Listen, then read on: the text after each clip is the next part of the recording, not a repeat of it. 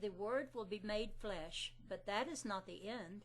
The Sabbath or rest, which will be broken by the embodiment of the ideal, will sooner or later give way to another 6 days of work, as man defines another objective and begins anew the act of defining himself as that which he desires to be.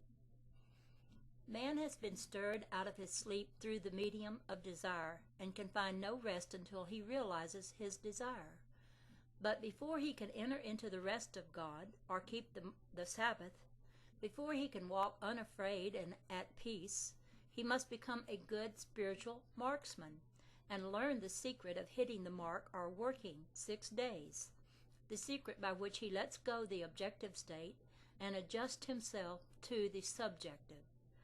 This secret was revealed in the divine name Jehovah, and again in the story of Isaac blessing his son Jacob. If man will apply the formula as it is revealed on these Bible dramas, he will hit a spiritual bullseye every time, for he will know that the mental rest or Sabbath is entered only as he succeeds in making a psychological adjustment. The story of the crucifixion beautifully dramatizes these 6 days, psychological period, and the 7th day of rest. It is recorded that it was the custom of the Jews to have someone released from prison at the feast of the Passover, and that they were given the choice of having released unto them either Barabbas the robber or Jesus the Savior. And they cried, "Release Barabbas," whereupon Barabbas was released and Jesus was crucified. It is further recorded that Jesus the Savior was crucified on the 6th day, entombed or buried on the 7th, and resurrected on the 1st day. The Savior in your case is that which would save you from that which you are not conscious of being, while Barabbas the thief is your present conception of yourself, which robs you of that which you would like to be. In defining your Savior, you define that which would save you and not how you would be saved. Your Savior or desire has ways you know not of. His ways are past finding out. Every problem reveals its own solution. If you were imprisoned, you would automatically desire to be free. Freedom, then, is the thing that would save you. It is your Savior. Having discovered your Savior, the next step in this great drama of the resurrection is to release Barabbas the robber, your present concept of yourself, and to crucify your Savior, or fix the consciousness of being or having that which would save you. Barabbas represents your present problem. Your Savior is that which would free you from this problem. You release Barabbas by taking your attention away from your problem, away from your sense of limitation, for it robs you of the freedom that you seek. And you crucify your Savior by fixing a definite psychological state by feeling that you are free from the limitation of the past. You deny the evidence of the senses and begin to feel subjectively the joy of being free. You feel that this state of freedom to be so real that you too cry out, "I am free, it is finished." The fixing of this subjective state, the crucifixion, takes place on the 6th day. Before the sun sets on this day, you must have completed the fixation by feeling, "It is so, it is finished." The subjective knowing is followed by the Sabbath or mental rest.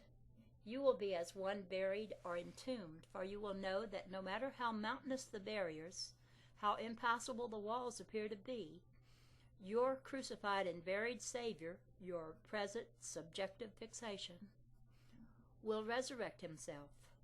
By keeping the Sabbath a period of mental rest, by assuming the attitude of mind that would be yours if you were already visibly expressing this freedom, you will receive the promise of the Lord, for the Word will be made flesh. The subjective fixation will embody itself, and God did rest the 7th day from all his works. Your consciousness is God resting in the knowledge that it is well, it is finished, and your objective senses shall confirm that it is so, for the day shall reveal it. Healing. The formula for the cure of leprosy, as revealed in the 14th chapter of Leviticus, is most illuminating when viewed through the eyes of a mystic. This formula can be prescribed as a positive cure of any disease in man's world, be it physical, mental, financial, social, moral, anything.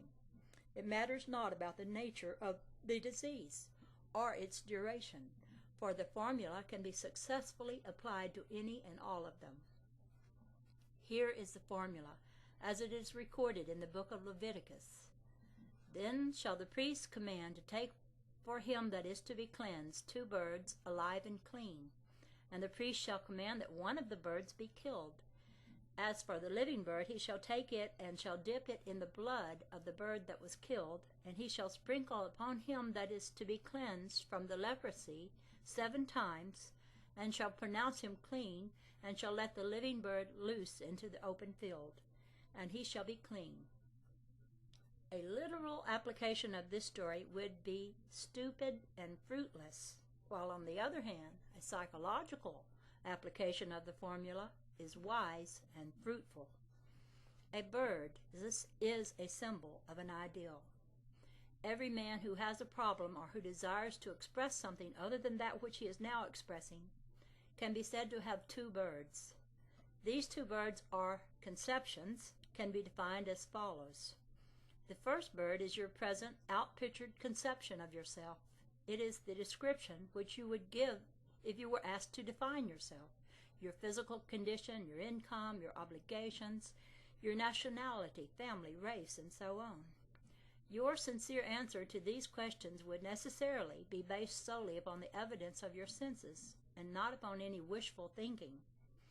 This true conception of yourself, based entirely upon the evidences of your senses, defines the first bird. The second bird is defined by the answer you wish you might give if in these questions of self-definition. In short, these 2 birds can be defined as that which you are conscious of being and that which you desire to be. Another definition of the 2 birds would be the first, your present problem, regardless of its nature, and the second, the solution to that problem. For example, if you were sick, good health would be the solution. If you were in debt, freedom from debt would be the solution. If you were hungry, food would be the solution. As you have noticed, the manner of realizing the solution is not considered. Only the problem and the solution are considered. Every problem reveals its own solution. For sickness, it is health. For poverty, it is riches. For weakness, it is strength. For confinement, it is freedom. These 2 states, then, your problem and its solution, are the 2 birds you bring to the priest. You are the priest who now performs the drama of the curing of the man of leprosy, you and your problem. You are the priest, and with the formula for the cure of leprosy, you now free yourself from your problem. First, take one of the birds, your problem, and kill it by extracting the blood from it. Blood is man's consciousness. He hath made of one blood all nation of men to dwell on all the faces of the earth. Your consciousness is the one and only reality which animates and makes real that which you are conscious of being. So turning your attention away from the problem is equivalent to extracting the blood from the bird. Your consciousness is the one blood which makes all states living realities. By removing your attention from any given state, you have drained the life blood from that state. You kill or eliminate the first bird, your problem, by removing your attention from it. Into this blood, your consciousness, you dip the live bird, the solution, or that which heretofore you desired to be or possess. This you do by freeing yourself to be the desirable state now. The dipping of the live bird into the blood of the bird that was killed is similar to the blessing of Jacob by his blind father Isaac. As you recall, blind Isaac could not see his objective world, his son Esau. You too are blind to your problem, the first bird, for you have removed your attention from it, and therefore you do not see it. Your attention, or blood, is now placed upon the second bird, subjective state, and you feel and sense the reality.